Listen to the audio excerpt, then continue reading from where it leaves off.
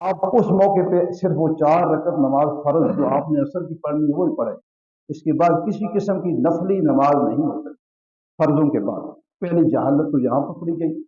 दूसरी जहालत ये है कि कहीं भी सियासत में जो हदीस का मजमू है उसमें ये जो बात कह रहे हैं कि जुम्मतुल मुबारक की यानी कि जुम्मतुल मुबारक जो होगा उसमें आप इस तरीके के साथ शब जुम्मा को आप इस तरीके के साथ नमाज पढ़ें, आपकी 70 साल की नमाजें माफ हो जाएंगी, और वो भी जुम्मतुल अलविदा। इतने बड़ा जुम्मा और पूरे साल का वो पूरा, उस पर इतना बड़ा झूठ और बोतान बांधना, ये सबसे बड़ी जहालत।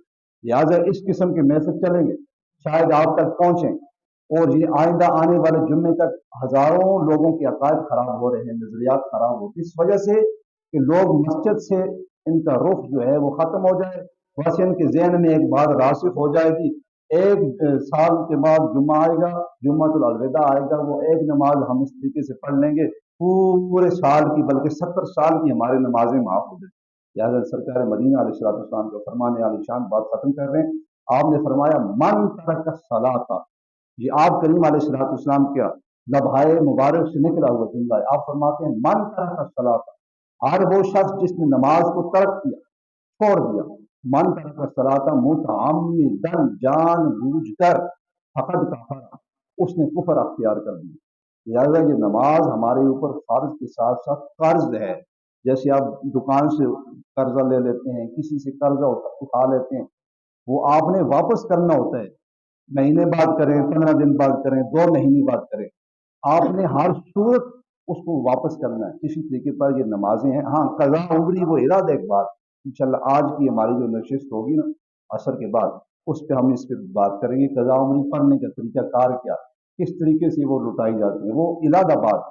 मगर ये जो बात कर रहे हैं कि आप जुम्मतुल अलविदा वाले दिन असर के बाद या किसी भी वक्त, जाहिर बात है जुम्मा होगा जोर के बाद, उसके बाद ही इस नमाज का तस्वीर हो रहा है कि उसके बाद आप पढ़ें, ये जहालत पर मबनी बात है।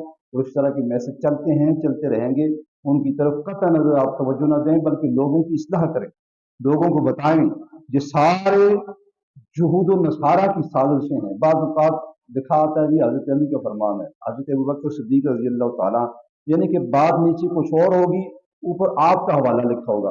फरमाया हर वो शख्स जो हमने बात न कही हो हमारी तरफ मंसूब करता है, वो अपना ठिकाना जहन्नम में बना, यानी कि एक बात हजूर ने फरमाई नहीं है, वो शख्स ऊपर हजूर का नाम लिख देता है, नीचे बात लिख के कहता है ये हजूर अलैहिस्सलाम ने फरमाया, ऐसा शख्स जहन्नमी है। तो लिहाजा उस वक्त तक आप किसी बात को बिल्कुल उसकी तरफ तवज्जो न दें जो कुरान में न हो।